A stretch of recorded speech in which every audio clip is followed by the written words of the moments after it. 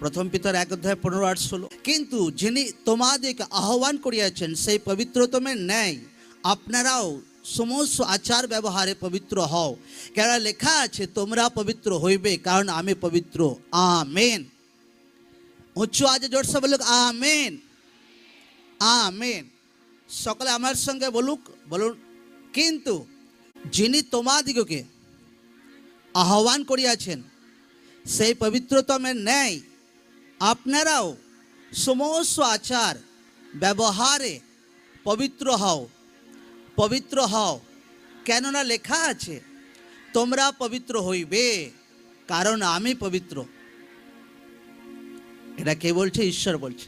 ঈশ্বর বলছে যে हर एक आचार, हर एक व्यवहारे তোমরা পবিত্র হইবে, हर एक आचार व्यवहारे। কারণ ঈশ্বর বলছে আমি পবিত্র। मतलब ঈশ্বর মণ্ডলীকে বলতে চাইছে যদি আপনি আমার গ্লোরিকে দেখতে চাইছেন, তুমি আমার গ্লোরিকে দেখতে চাইছো, আমার মহিমাকে দেখতে চাইছো তোমার লাইফে, তোমার বাচ্চাদের জীবনে, তোমার ফাইন্যান্সে, তোমার আত্মিক জীবনে, তোমার বুদ্ধিতে, তোমার জ্ঞানেতে, হার দিশাতে একদম, তো তোমার জীবনে পবিত্রতা দরকার আছে। বিনা পবিত্রতাতে তুমি আমার মহিমা সেই লেভেলে কোনোদিন দেখতে পাবে না। তোমার লাইফে যেটা মেন দরকার আছে সেটা হচ্ছে পবিত্র জীবন।